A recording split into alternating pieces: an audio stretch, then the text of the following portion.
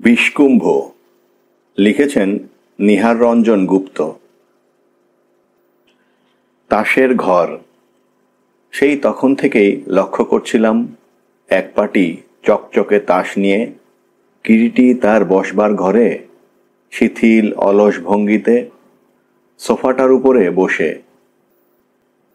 সামনে নিচু গোল টেবিলটার উপরে নানা কায়দায় একটার পর একটা তাস বসিয়ে তাসের একটা ঘর তৈরি করবার চেষ্টা করছে এবং বারংবার সেই প্রচেষ্টার একই পুনরাবৃত্তি দেখছিলাম। তারই উল্টো দিকে অন্য একটা সোফার উপরে বসে আমি নিঃশব্দে। প্রতিবারের ভেঙে পড়া তাসের ঘরের পুনর্গঠনের মধ্যে নিজে ব্যস্ত থাকলেও কিরিটির সমস্ত মনটাই যে কোনো একটি বিশেষ চিন্তার ঘূর্ণাবর্তের মধ্যেই পাক খেয়ে ফিরছিল, সেটা আমি জানতাম বলেই তার দিকে নিঃশব্দে তাকিয়ে বসেছিলাম, কোনো রকম সাড়া শব্দ না করে। নিস্তব্ধ ঘরটার মধ্যে দেওয়াল ঘড়ির মেটাল পেন্ডুলামটা কেবল একঘেয়ে বিরামহীন একটা টক টক শব্দ তুলছিল। ফাল্গুনের ঝিমিয়ে আসা শেষ বেলা। কলকাতা শহরে এবারে শীতটা যেমন একটু বেশ দেরিতেই এসেছিল, তেমনি এখনো যাই যাই করেও যেন যাচ্ছে না।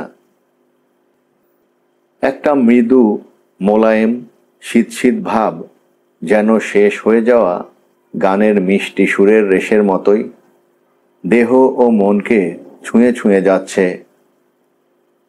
ইতিমধ্যে অবশ্যই ৩-৪ দফা চা পান উভয়েরই হয়ে গিয়েছে এবং কিরিটির শেষবারের চায়ের কাপটার অর্ধনিঃশেষিত চাটুকু তারই সামনে টেবিলের উপরে তখনও ঠান্ডা হচ্ছে। প্রায় ঘন্টা দেড়েক হবে এসেছি, কিন্তু কিরিটি আমার পদশব্দে চোখ না তুলেই সেই যে আয় সুব্রত বস বলে তাসের ঘর তৈরিতে মেতে আছে তো আছেই।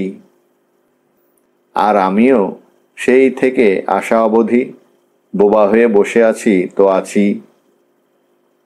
ঘড়ির পেন্ডুলামটা তেমনি টক টক করে শব্দ করে চলেছে।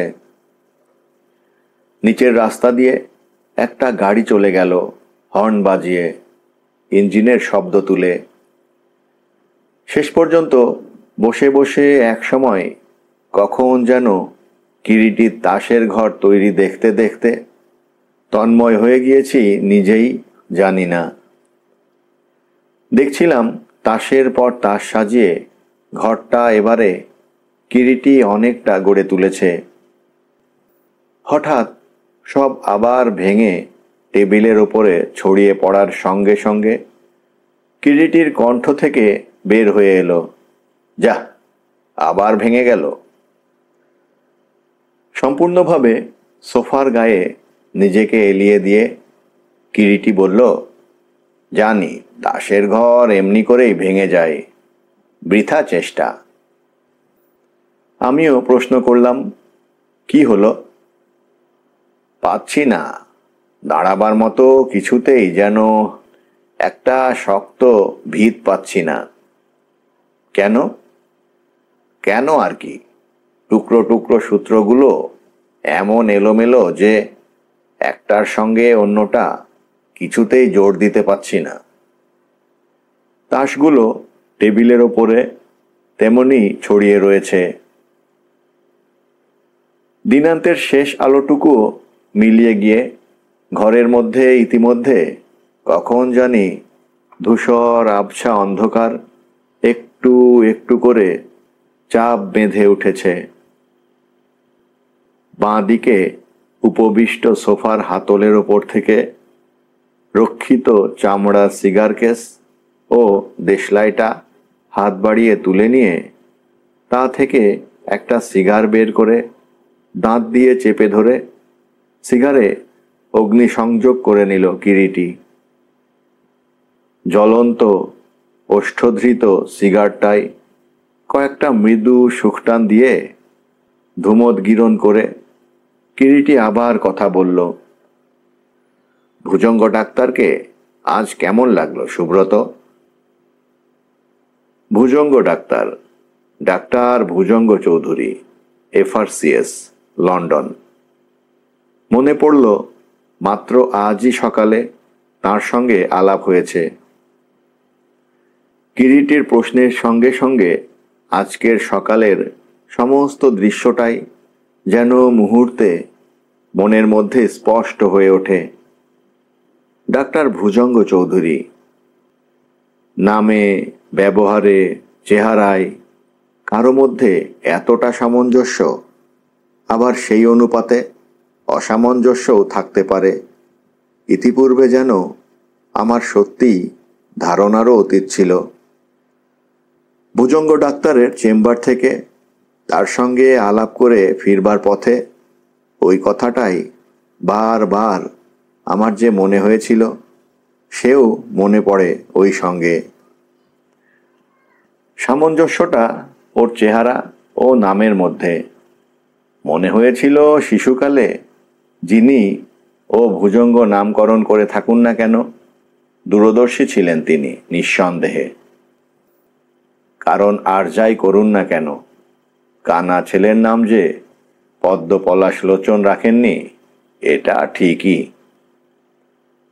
কিন্তু ব্যাপারটা প্রথম দৃষ্টিতেই নজরে পড়বে না, এবং কিছুক্ষণ তাকিয়ে থাকলে তবেই নজরে আসবে, এবং বলাই বাহুল্য চোখ ফিরিয়ে নিতে হবেই। না নিয়ে উপায় নেই। সমস্ত মনটা ঘিন ঘিন করে উঠবে, এবং সেই সঙ্গে মনে হবে লোকটার ওই ভুজঙ্গ নাম ছাড়া দ্বিতীয় কোনো আর নাম বুঝি হতেই পারত না। গায়ের রং লোকটির সত্যিকারের কাঞ্চনবর্ণ বলতে শুদ্ধ ভাষায় যা বোঝায় ঠিক তেমনই। চোখ যেন একেবারে ঠিকরে যায়। কিন্তু মানুষটার গায়ের রংটাই তো তার রূপের সবটুকু নয়। মুখখানা চৌকো, অনেকটা ভারী চোয়ালওয়ালা দ্রাবিড়িয়ান টাইপের মুখ, টানা দীর্ঘায়ত রোমশ ভ্রু যুগল, তার মধ্যে দু একটা ভ্রুকেশ এত দীর্ঘ যে বিস্ময়ের চিহ্নের মতো যেন উঁচিয়ে আছে। তারই নিচে ক্ষুদ্র গোলাকার পিঙ্গল দুটি চক্ষু তারকা, শানিত ছোড়ার ফলার মতোই সে দুটি চোখের দৃষ্টিতে যেন অদ্ভুত একটা বুদ্ধির প্রাখর্য। শুধু কি প্রাখর্যই, আরও কি যেন আছে সেই দুটি পিঙ্গল চক্ষু তারকার দৃষ্টির মধ্যে, এবং যেটা সে দৃষ্টির দিকে তাকালেই অনুভূত হয়। অদ্ভুত এক আকর্ষণ। চোখের নিচেই নাকটা টিয়া পাখির ঠোঁটের মতো যেন একটু বেঁকে রয়েছে সামনের দিকে। গালের দুপাশে হনু দুটি একটু বেশি মাত্রায় সজাগ, অনেকটা বদ্বীপের মতো। অতিরিক্ত মাত্রায় ধূমপানের ফলে পুরু ওষ্ঠ দুটিতে একটা পোড়া তামাটে রং ধরেছে, আর তারই মধ্যে মধ্যে কলঙ্কের মতো ছোট ছোট স্মৃতিচিহ্ন। চিবুকটা একটু ভোঁতা, এবং ঠিক মধ্যিখানে পড়েছে একটা খাঁজ। আরও একটা বিশেষত্ব আছে মুখটার মধ্যে। প্রশস্ত কপালের ডান দিকে একেবারে প্রান্ত ছুঁয়ে আধ ইঞ্চি পরিমাণ লম্বা একটা রক্ত জড়ুল চিহ্ন। সেই জড়ুলের উপরেও দুটি দীর্ঘ কেশ। মাথায় অত্যন্ত ঘন কর্কশ কুঞ্চিত কেশ, অনেকটা নিগ্রোদের মতো ব্যাকব্রাশ করা। লম্বা হাড়গিলে প্যাটার্নের ডিগডিগে চেহারা, সরু লম্বা গলা, কণ্ঠা ও চিবুকের মধ্যবর্তী গলনালীর ওপরে অ্যাডামস অ্যাপেলটা যেন একটু বেশি প্রকট। ইংরেজিতে যাকে বলে প্রমিনেন্ট। নিখুঁতভাবে দাড়ি গোঁফ কামানো, মধ্যে মধ্যে লোকটির সুচাগ্র জিহ্বায় অগ্রভাগটা বের করা আর টেনে নেওয়া যেন একটা বদভ্যাস। সব কিছু জড়িয়ে মনে হয় যেন একটা বিষধর সরীসৃপ ফনা বিস্তার করে হেলে রয়েছে, এই বুঝি ছোবল দেবে। ভুজঙ্গ নামটা সার্থক সেদিক দিয়ে, এবং চেহারায় সরীসৃপ সাদৃশ্যটা যেন আরও বেশি প্রকট হয়ে ওঠে ভুজঙ্গ ডাক্তারের চাপা নিঃশব্দ হাসির মধ্যে। ডাক্তারের সদা সর্বদা জিহ্বার অগ্রভাগটা বের করা আর টেনে নেওয়ার মতো আর একটি অভ্যাস, যা প্রথম দৃষ্টিতেই আমার নজরে পড়েছিল, সেটা হচ্ছে তার হাসি। বলতে গেলে কথায় কথায় যেন তিনি হাসেন, এবং হাসির সঙ্গে সঙ্গেই ব্যাপারটা স্পষ্ট হয়ে ওঠে।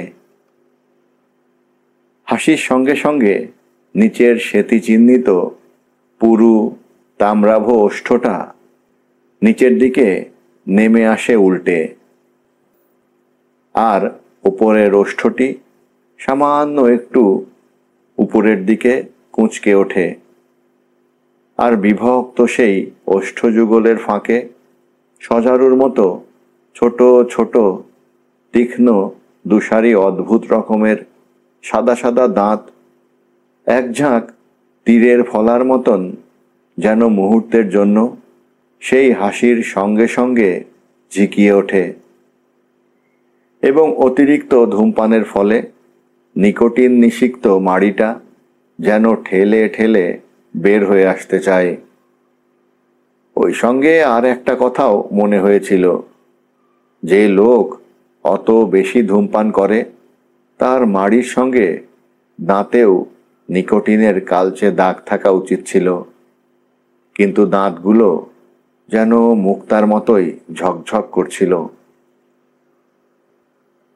যা হোক, বলছিলাম ভুজঙ্গ ডাক্তারের হাসির কথা। ভুজঙ্গ ডাক্তার হাসলে এবং সেই সময় তার দিকে চেয়ে থাকলে সঙ্গে সঙ্গে দৃষ্টি সে মুখের ওপর থেকে ফিরিয়ে অন্যদিকে নিতেই হবে। ঘিন ঘিন করে উঠবে সমস্ত মনটা। হঠাৎ গায়ে একটা টিকটিকি পড়লে যেমন অজান্তেই সর্বাঙ্গ শিরশিরিয়ে ঘিন ঘিন করে ওঠে, ঠিক তেমনি। কিন্তু আশ্চর্য, পরক্ষণেই ডাক্তারের কণ্ঠস্বর কানে গেলেই পুনরায় তার দিকে চোখ ফিরিয়ে না তাকিয়ে উপায় নেই। পুরুষোচিত গম্ভীর কণ্ঠস্বর, কিন্তু যেমন সুরেলা তেমনই মিষ্টি। মনে হবে কথা তো নয়, যেন গান গাইছে লোকটা। আর কথা বলার ভঙ্গিটিও এমন চমৎকার। শুধু কি কথাই, ব্যবহারটুকুও যেমনই মিষ্টি মোলায়েম, তেমনি দরদেরও যেন অন্ত নেই। শিক্ষায় দীক্ষায় রুচিতে ব্যবহারে কথাবার্তায় সৌজন্যতায়, এমনকি আগাগোড়া পরিচ্ছন্ন রুচিসম্মত বেশভূষায় পর্যন্ত যেন একটা অদ্ভুত ঝকঝকে শালীনতা ও আভিজাত্য সুস্পষ্ট। তাই বলছিলাম, নাম ও চেহারার সামঞ্জস্যের মধ্যে অদ্ভুত অসামঞ্জস্য। সামান্য আলাপেই যেন লোকটির একেবারে নিঃস্ব পর একান্ত অপরিচিতকেও মুহূর্তে আকর্ষণ করে আপনার করে নেবার আশ্চর্য রকমের একটা ক্ষমতা আছে। চোখের উপরে যেন এখনো ভাসছে লোকটার চেহারা। পরিধানে দামি পাতলা ট্রপিক্যাল অ্যাশ কলারের ক্রিজ করা স্যুট, গলায় সাদা কলারের সঙ্গে কালোর উপরে লাল স্পটেড বো, পায়ে দামি গ্লেস্কিডের চকচকে ক্রেপসোলের জুতো। ডাক্তার Bhujanga Chowdhury, MB, FRCS, London. Kolkata শহরে বছর 10 হবে প্র্যাকটিস করছেন। সরকারি হাসপাতালের সঙ্গে জড়িত। ইতিমধ্যেই শহরের অগ্রগণ্য চিকিৎসকদের তালিকার মধ্যে অন্যতম একজন বলে চিহ্নিত হয়ে গিয়েছেন। প্রতিপত্তি ও পসারে বেশ কায়েমিভাবেই হয়েছেন সুপ্রতিষ্ঠিত। লোকেরা বলে ভুজঙ্গ ডাক্তার মরা মানুষকেও নাকি বাঁচিয়ে তুলতে পারে, এমনই পারঙ্গম তার চিকিৎসা শাস্ত্রে। সার্জারি প্র্যাকটিস করেন ভুজঙ্গ ডাক্তার, সর্বরোগের চিকিৎসক নন। সার্জারির যে কোনো কঠিন রোগীর ঘরে ভুজঙ্গ ডাক্তার পা দিলেই নাকি লোকেরা বলা বলি করে তার অর্ধেক রোগ সেরে যায়। এমনই অচল বিশ্বাস ও আস্থা সকলের ভুজঙ্গ ডাক্তারের উপরে বর্তমান। পার্ক সার্কাস অঞ্চলে 3 তলা একটা বিরাট ফ্ল্যাট বাড়ির দোতলায় 4 ঘরওয়ালা একটা সম্পূর্ণ ফ্ল্যাট নিয়ে ভুজঙ্গ ডাক্তারের কনসাল্টিং চেম্বার ও নার্সিং হোম। একজন জুনিয়র ডাক্তার অ্যাসিস্ট্যান্ট ও 4 জন শিক্ষিতা ট্রেন্ড নার্স, 2 জন ইউরোপিয়ান, একজন অ্যাংলো চাইনিজ, একজন বাঙালি। চেম্বারের সঙ্গে সংলগ্ন 4 বেডের নার্সিং হোমটির সঙ্গেই লাগোয়া একটি অপারেশন থিয়েটারও আছে। চেম্বারের কনসাল্টিং আওয়ার প্রতিদিন সকাল 7:30 থেকে 8:30, আবার সন্ধ্যায় 5টা থেকে 8:30। প্রচুর পসার। চেম্বারের ওই নির্দিষ্ট টাইমটা ছাড়াও ভুজঙ্গ ডাক্তারকে হাসপাতাল ও প্রাইভেট কল অ্যাটেন্ড করার জন্য ব্যস্ত থাকতে হয়। কিন্তু একটা ব্যাপার ভুজঙ্গ ডাক্তার সম্পর্কে সকলেই জ্ঞাত, যে রাত 9টার পর বাড়িতে একবার ঢুকলে তখন 1000 টাকা অফার করলেও তাকে দিয়ে কোনো রোগী দেখানো তো যাবেই না। এমনকি রাত 9টা থেকে পরদিন ভোর 6টার আগে পর্যন্ত তিনি নিজে কোনো ফোন কলও অ্যাটেন্ড করবেন না। ওই সময়ের মধ্যে যদি কোনো অ্যাপয়েন্টমেন্ট থাকে বা করতে হয় তো বাড়ির অন্য লোক মারফত করতে হবে। আশ্চর্য, গত 5 বছর ধরেই শোনা যায় প্রতিদিন রাত্রি 9টা থেকে ভোর 6টা পর্যন্ত ওই 8 ঘন্টা সময় তিনি নাকি সমস্ত দায়িত্ব ও কাজকর্ম থেকে নিজেকে একেবারে সম্পূর্ণ বিচ্ছিন্ন করে নিজের শয়নঘর ও তৎসংলগ্ন লাইব্রেরি ও ল্যাবরেটরি ঘরের মধ্যে নিজেকে আড়াল করে রাখেন। বলতে গেলে বাইরের জগতে তো নয়ই, এমনকি তাঁর গৃহেও ওই 8 ঘন্টা সময় তো তিনি সকলের কাছ থেকেই দূরে, বিচ্ছিন্ন ও একক হয়ে থাকেন। শোনা যায় ভুজঙ্গ ডাক্তারের বয়স নাকি প্রায় 42-এর কাছাকাছি। অকৃতদার এবং নারী জাতি সম্পর্কেও আজ পর্যন্ত তাঁর কোনরূপ দুর্বলতার কথা কেউ কখনো শোনেনি। সংসারে আপনার জন বলতে বিকলাঙ্গ অর্থাৎ ডান পাটি খোঁড়া বেকার একটি সহোদর ভাই আছে। বয়সে ভাইটি ডাক্তারের থেকে 8 বছরের ছোট। নাম ত্রিভঙ্গ। ভাই ত্রিভঙ্গ চৌধুরীও মূর্খ নয়, BA পাস। ত্রিভঙ্গ বিবাহিত। ভুজঙ্গ ডাক্তারই ত্রিভঙ্গের বিবাহ দিয়েছেন। অপূর্ব সুন্দরী BA পাস একটি গরিবের মেয়ের সঙ্গে, সেও বছর কয়েক হবে। নাম মৃদুলা। আর আছে বছর 4.5-এর মৃদুলা ও ত্রিভঙ্গর একমাত্র পুত্র সন্তান অগ্নিবাণ। ভাইপোটি শোনা যায় ভুজঙ্গ ডাক্তারের অত্যন্ত প্রিয়। বাড়িতে আর লোকজনের মধ্যে ভুজঙ্গের অনেক দিনের খাস ভৃত্য রামচন্দ্র বা রাম। সে একমাত্র ভুজঙ্গেরই কাজকর্ম করে। দ্বিতীয় ভৃত্য হচ্ছে ভূষণ, একটি ঝি, রাত দিনের, নাম সুরবালা। রাঁধুনি বামুন কৈলাস, সোফার হরিচরণ ও নেপালি দারোয়ান রানা। ভুজঙ্গ ডাক্তারের ইদানিং পসার খুব বৃদ্ধি হলেও ফিজ পূর্বের মতোই রেখেছেন, বাড়াননি। চেম্বারে 16 ও বাড়িতে 32। শোনা যায় ফিজ সম্পর্কে ভুজঙ্গ ডাক্তারের নাকি অপূর্ব একটা নীতি ছিল, সেই প্র্যাকটিসের শুরু থেকেই। ফরেন ডিগ্রি নিয়ে 10 বছর পূর্বে যেদিন তিনি পার্ক সার্কাস ট্রাম ডিপোর কাছাকাছি বড় রাস্তা থেকে একটু ভিতরেই 50 টাকা মাসিক ভাড়ায় ছোট একখানা ত্রিকোণাকার ঘর নিয়ে প্র্যাকটিস শুরু করেন, সেই দিন থেকেই তার ফিজ তিনি চেম্বারে 16 ও গৃহে 32 ধার্য করেন। এবং সে সময় নতুন সদ্য বিলেত ফেরত ডাক্তারদের যা অবস্থা হয়ে থাকে, দিনের পর দিন রোগীর প্রত্যাশায় বারোনারীর মতোই আপনাকে সাজিয়ে গুছিয়ে রাস্তার চলমান পদধ্বনির দিকে কান পেতে নিজের প্রকোষ্ঠেরই কড়িকাঠ গণনা করতে হতো। সে সময়ও কচিত কখনো কোনো রোগী তাঁর চেম্বারে এলে সর্বাগ্রে তাকে বলতেন, জানেন তো আমার ফিজ এখানে 16, বাড়িতে হলে 32। ফ্রি কনসালটেশন আমি করি না। ফলে যা হবার তাই হতো। ভাগ্যে সপ্তাহে একটি রোগী জুটত কিনা সন্দেহ।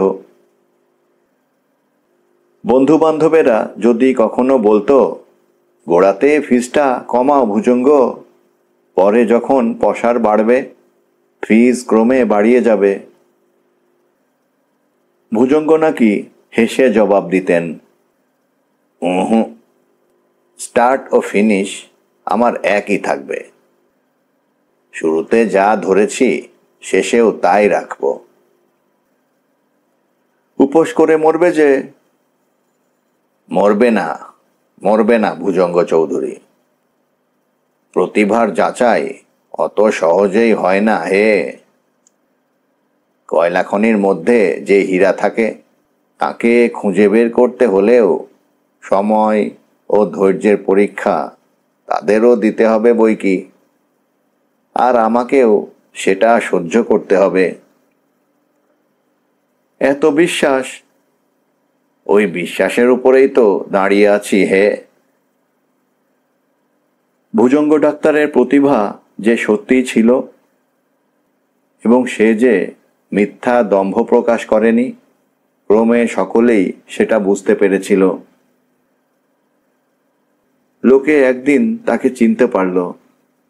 সেই সঙ্গে ভুজঙ্গ ডাক্তারের চেম্বারও বদল হলো, বিরাট জাঁকজমকপূর্ণ হলো। এবারে ওই অঞ্চলেই একেবারে ট্রাম রাস্তার ওপরে বিরাট একটা ফ্ল্যাট বাড়ির দোতলায় সম্পূর্ণ একটা ফ্ল্যাট নিয়ে জাঁকজমকের সঙ্গে ভুজঙ্গ নতুন চেম্বার ও নার্সিং হোম করলেন। তারপর দেখতে দেখতে গত 5 বছরে যেন হু হু করে ভুজঙ্গ ডাক্তারের পসার ও খ্যাতি শহর ও শহরের আশেপাশে সর্বত্র ছড়িয়ে পড়ল। ফিস কিন্তু তাঁর 16-32-এর উপরে গেল না। কথা তিনি ঠিকই রেখেছিলেন। এক কথায় সকলকেই তিনি তাজ্জব বানিয়ে দিয়েছিলেন, সন্দেহ নেই। প্রতিভা থাকে অবশ্যই অনেকেরই, কিন্তু সেই প্রতিভার বিকাশের ও স্বীকৃতি লাভের সৌভাগ্য কজনের হয় সত্যিকারের? সেই দিক দিয়ে ভুজঙ্গ ডাক্তার নিঃসন্দেহে ভাগ্যবান। চেম্বারে প্রতিদিন রোগীর ভিড় এত থাকে যে সব রোগীকে তিনি প্রত্যহ পূর্ব অ্যাপয়েন্টমেন্ট দেওয়া সত্ত্বেও দেখে উঠতে পারেন না। ক্ষুণ্ণ মনে অনেককেই পরের দিনের আশায় ফিরে যেতে হয়, কারণ যাকে তিনি পরীক্ষা করেন সময় নিয়ে পুঙ্খানুপুঙ্খরূপেই পরীক্ষা করে থাকেন। এনগেজমেন্টের খাতায় 5 থেকে 7 দিন পর্যন্ত রোগী সব বুক হয়ে থাকে চেম্বারে। এত পসার ও খ্যাতি লোকটার, তবু নাকি ব্যবহারে তার এতটুকু চাল বা অহংকার নেই। আগে যারা তাকে চিনত তারা বলে, ভুজঙ্গ ডাক্তার আগের মতোই ঠিক আছে, কোনো বদল হয়নি। তার সম্পর্কে গুজবের অন্ত নেই, বিশেষ করে তার ব্যাংক ব্যালেন্স সম্পর্কে। এখনো কিন্তু তিনি নিজের একটা বাড়িও করেননি। ভুজঙ্গ ডাক্তারের সঙ্গে আগে সাক্ষাৎ পরিচয় না থাকলেও জনরব ও জনশ্রুতিতে লোকটি আমাদের একেবারে অপরিচিত ছিলেন না। সাক্ষাৎভাবে পরিচয় সৌভাগ্য হলো মাত্র আজই সকালে। রবিবার, হাসপাতালের আউটডোর বন্ধ। হাসপাতালে সকালেই বেরুবার তাগাদা নেই। তাছাড়া রবিবার চেম্বারেও সকালে স্পেশাল অ্যাপয়েন্টমেন্ট ব্যতীত তিনি রোগী দেখেন না। তাই ভুজঙ্গ ডাক্তার সকাল 8:30টায় কিরিটির সঙ্গে সাক্ষাতের টাইম দিয়েছিলেন। সাক্ষাতের অ্যাপয়েন্টমেন্ট ছিল ঠিক সকাল 8:30টায়। আমরা 5 মিনিট আগেই ডাক্তারের চেম্বারে পৌঁছেছিলাম। বেয়ারার হাতে আগেই কিরিটির কার্ড প্রেরিত হয়েছিল। ওয়েটিং রুমটি চমৎকারভাবে সাজানো, একেবারে খাস ইউরোপিয়ান স্টাইলে। মেঝেতে দামি পুরু কার্পেট, সোফা, কাউচ, গোলাকার একটি টেবিল ঘরের মাঝখানে। চকচকে সব ফার্নিচারেরই চোখ ঝলসানো পালিশ, সাদা নিরাবরণ দুধ ধবল চুনকাম করা দেওয়ালে কিছু ফ্রেস্কোর সূক্ষ্ম কাজ। কোনো ছবি বা ক্যালেন্ডার নেই। এক কোণে একটি বিরাট ঘড়ি স্ট্যান্ডের ওপরে বসানো। ঘরের জানলা ও দরজার পর্দায় ফিকে নীল সূক্ষ্ম বিলিতি নেটের সব পর্দা ঝোলানো।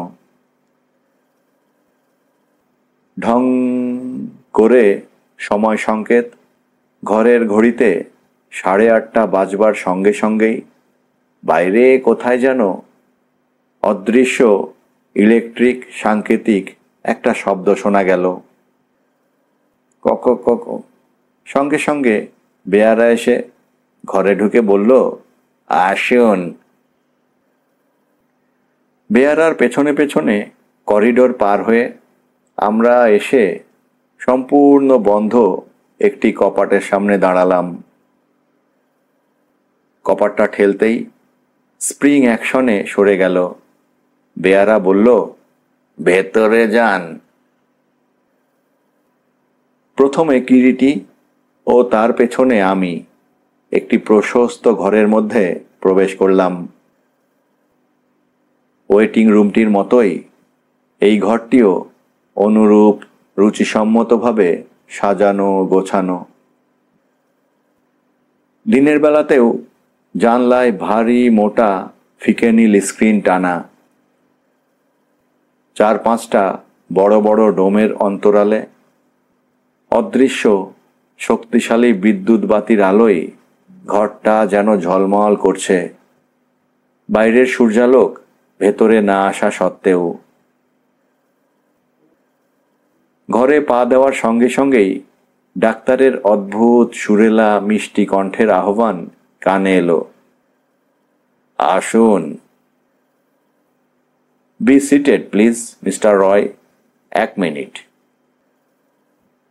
কণ্ঠস্বরে সামনের দিকে তাকাতেই নজরে পড়ল সাদা ধবধবে অ্যাপ্রন গায়ে দীর্ঘকায় এক ব্যক্তি, পেছন ফিরে দাঁড়িয়ে অদূরে দেয়ালের কাছে ঘূর্ণমান একটা লিকুইড সোপের কাঁচের আধার থেকে সোপ নিয়ে ওয়াশিং বেসিনের ট্যাপে হাত ধুচ্ছেন। ঘরের ঠিক মাঝখানে প্রকাণ্ড একটি অর্ধচন্দ্রাকৃতি টেবিল, পুরু কাঁচের প্লেট, তার উপরে একটি ডোমে ঢাকা ফ্লেক্সিবল টেবিল ল্যাম্প। টেবিলের উপরে বিশেষ কিছু নেই, একটা স্টেথোস্কোপ, একটা প্রেসক্রিপশন প্যাড, একটি মুখ খোলা পার্কার 51, একটি কাঁচের গোলাকার পেপার ওয়েট, একটি ঝিনুকের সুদৃশ্য অ্যাস্ট্রে, একটি 999 সিগারেট টিন ও একটি ম্যাচ। বড় টেবিলের পাশেই কাঁচের প্লেট বসানো একটি স্ট্যান্ডের ওপরে সাদা এনামেলের ট্রেতে কিছু ডাক্তারি পরীক্ষার আবশ্যকীয় যন্ত্রপাতি। তারই পাশে বসবার ঘোরানো একটি গদি আঁটা গোল টুল, এবং তারই সামনে ডাক্তারের বসবার জন্যই বোধহয় গদি আঁটা একটা রিভলভিং চেয়ার। টেবিলের অন্যদিকে গদি আঁটা সুদৃশ্য আরও 2টি চেয়ারও নজর এড়াল না। কনসাল্টিংয়ের সময় ওই চেয়ারেই বোধহয় নির্দিষ্ট রোগী ও তার সঙ্গের অ্যাটেন্ডেন্টের জন্য। একপাশে অন্য একটি দরজা দেখা যাচ্ছে, ভেতরে বোধহয় সংলগ্ন আর একটি পরীক্ষা ঘর আছে। ঘরের মেঝেতে ফিকে সবুজ বর্ণের রবার কার্পেট বিছানো। নিঃশব্দ পায়ে আমরা দুজনে এগিয়ে গিয়ে সেই 2টি চেয়ারই অধিকার করে বসলাম। ডাক্তার হাত ধুতে লাগলেন। ওয়েটিং রুমের মতো কনসাল্টিং রুমের দেওয়ালও সম্পূর্ণ সাদা, এবং দেওয়ালে কোনো ছবি বা ক্যালেন্ডার নেই। একটিমাত্র গোলাকার ইলেকট্রিক ক্লক ছাড়া। মিনিটে মিনিটে বড় কাঁটাটা সরে যাচ্ছে এক এক ঘর। হাত ধোয়া শেষ করে ডাক্তার আমাদের দিকে ঘুরে দাঁড়ালেন। 2 ঠোঁটের বন্ধনীতে আলগাভাবে ধরা অর্ধদগ্ধ একটি সিগারেট। টাওয়েলের সাহায্যে হাতটা মুছতে মুছতে এগিয়ে এসে বললেন, সাক্ষাৎ পরিচয় আপনার সঙ্গে না থাকলেও আপনার নামটা আমার অপরিচিত নয় মিস্টার রায়। বলতে বলতে টাওয়েলটা স্ট্যান্ডের উপরে রেখে রিভলভিং চেয়ারটার উপরে এসে বসে আমাদের দিকে তাকিয়ে হাসলেন। তাকিয়েছিলাম আমি ডাক্তারের মুখের দিকেই। হাসির সঙ্গে সঙ্গেই কেমন যেন বিশ্রী লাগলো। চোখটা ঘুরিয়ে নিতে বাধ্য হলাম। ডাক্তার তখন বলছিলেন, বুঝতেই পারছেন ডাক্তার মানুষ বড্ড আনসোশাল, না হলে আপনার সঙ্গে আলাপ 1-8বার হওয়ার নিশ্চয় সুযোগ ঘটত। কিরিটি মৃদু কণ্ঠে এবারে জবাব দিল, আপনিও সাক্ষাৎ পরিচয়ের সৌভাগ্য না হলেও আমার একেবারে অপরিচিত নন ডক্টর চৌধুরী। মুহূর্তে ডাক্তার চৌধুরীর পিঙ্গল চোখের তারায় যেন একটা হাসির ঝিলিক দেখা দিয়েই মিলিয়ে গেল, এবং সেই সঙ্গে তার মুখেও হাসি ফুটে উঠল। আবার আমি আমার দৃষ্টি ফিরিয়ে নিতে যেন বাধ্য হলাম। একটা ক্লেদাক্ত পিচ্ছিল অনুভূতি যেন আমার সারা দেহে ছড়িয়ে গেল। ডাক্তার তখন আবার বলছিলেন, বলেন কি মিস্টার রায়, ডাক্তারদের তো শুনি লোকে যতটা পারে এড়িয়েই চলে। নেহাত বিপদে বা বেকায়দায় না পড়লে তাদের সামনাসামনি কেউ বড় একটা আসে বলে তো জানি না। ডাক্তারদের ডাক্তারিটাই তো একমাত্র পরিচয় নয় ডক্টর চৌধুরী, বলে কিরিটি। কিরিটির জবাবে মুহূর্তের জন্য নিঃশব্দে তাকিয়ে রইলেন ডক্টর চৌধুরী। তারপর মৃদু হেসে বললেন, কথাটা হয়তো আপনার মিথ্যে নয় মিস্টার রায়, কিন্তু লোকে তো সেটা ভুলেই যায়, আমরাও যেন ভুলতে বসেছি। সেটা কিন্তু বলবো আপনাদেরই নিজেদের সেম প্রফেশনের লোকেদের ওপরে একটা বিশেষ পক্ষপাতিত্ব, আর সেই কারণেই বোধ হয় চট করে বড় একটাকেও আপনাদের কাছে ঘেঁষতে চায় না। সত্যি আপনারও তাই মনে হয় নাকি? বলতে বলতে প্রায় নিঃশেষিত জ্বলন্ত সিগারেটের শেষাংশটুকুর সাহায্যেই টিন থেকে একটা নতুন সিগারেট টেনে অগ্নিসংযোগ করে টিনটা কিরিটির দিকে এগিয়ে দিতে দিতে বললেন, চলে নিশ্চয়ই। ধন্যবাদ, চলে, তবে আমি সিগার আর পাইপই লাইক করি। বলতে বলতে কিরিটি পকেট থেকে চামড়ার সিগারেট কেসটা বের করে একটা সিগার নিয়ে তাতে অগ্নিসংযোগ করে নিল। হোয়াট অ্যাবাউট ইউ সুব্রতা বাবু, বলে ডাক্তার আমার দিকে টিনটা এগিয়ে দিতে দিতে মৃদু হাসলেন। নো থ্যাঙ্কস, বলে সঙ্গে সঙ্গেই আমি আবার দৃষ্টিটা ঘুরিয়ে নিতে যেন বাধ্য হলাম। ও বলেন কি মশাই, ধূমপান করেন না? না, দু একবার চেষ্টা করেছিলাম, কিন্তু রপ্ত করতে পারলাম না, বলে হাসলাম। আমিও এক সময় সিগার চেষ্টা করেছিলাম মিস্টার রায়। কিরিটির দিকে তাকিয়ে এবারে ডাক্তার বলতে লাগলেন, কিন্তু গন্ধটা এমন উগ্র যে সুব্রতবাবুর মতোই রপ্ত করতে পারলাম না।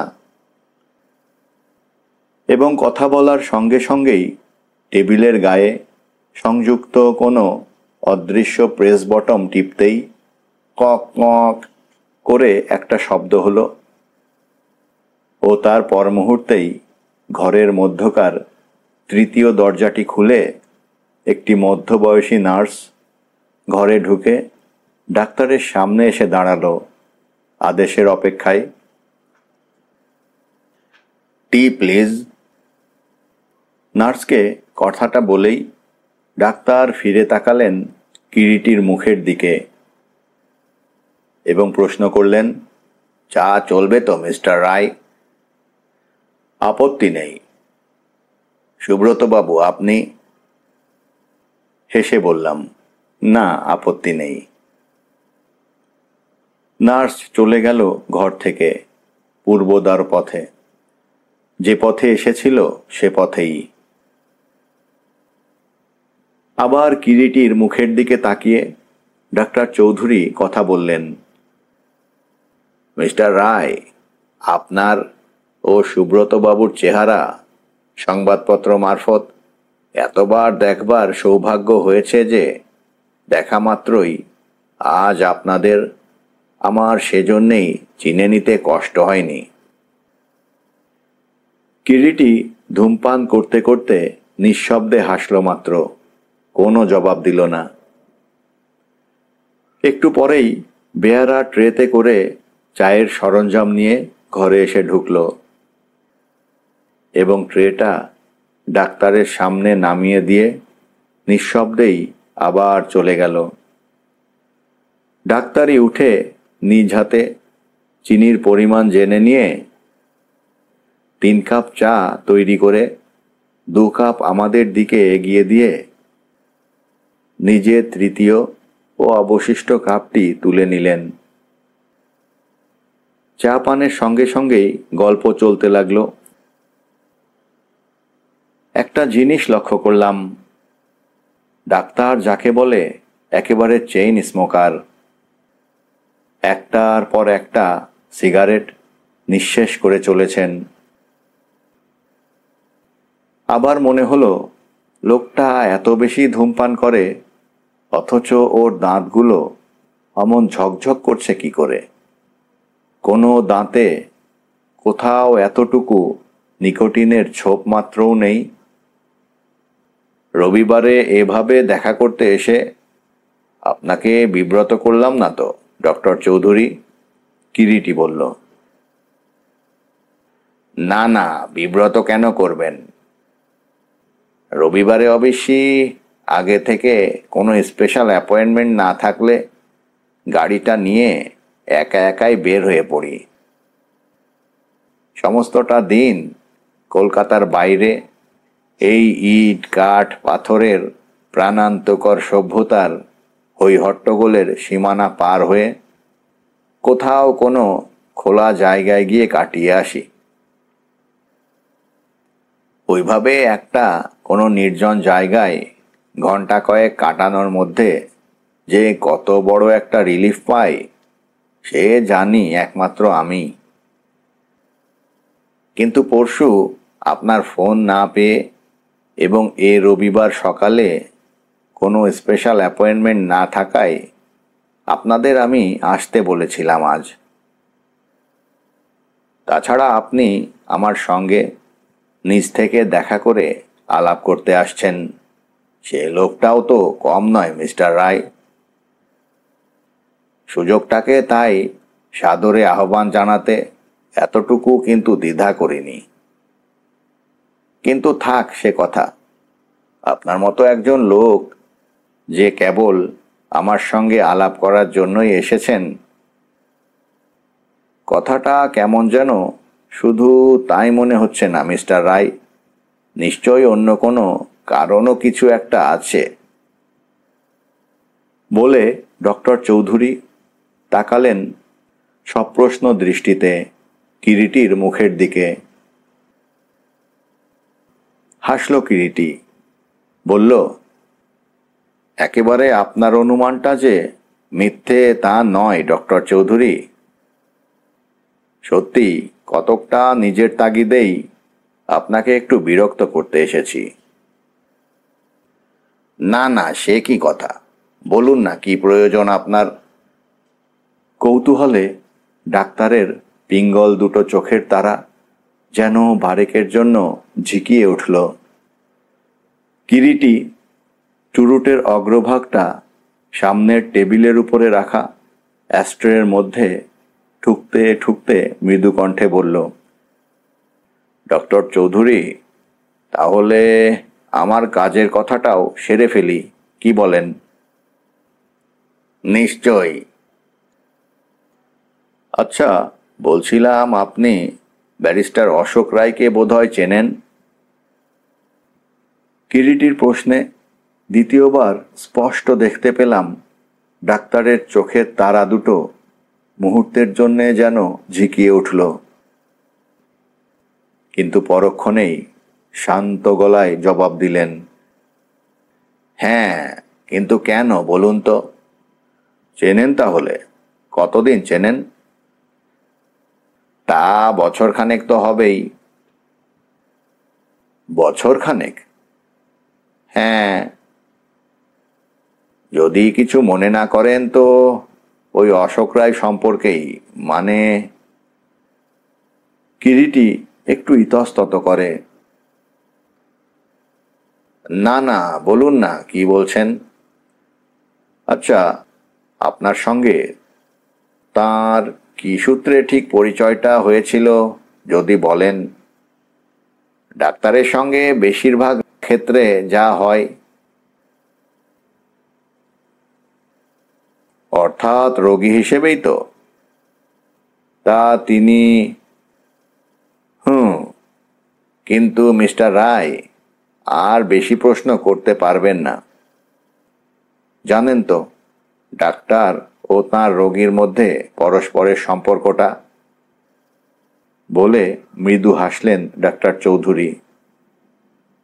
বলা বাহুল্য, আমিও সঙ্গে সঙ্গে মুখ ফিরিয়ে নিতে যেন বাধ্য হলাম। থাক, আর বলতে হবে না। বুঝেছি, কিরিটি বলল।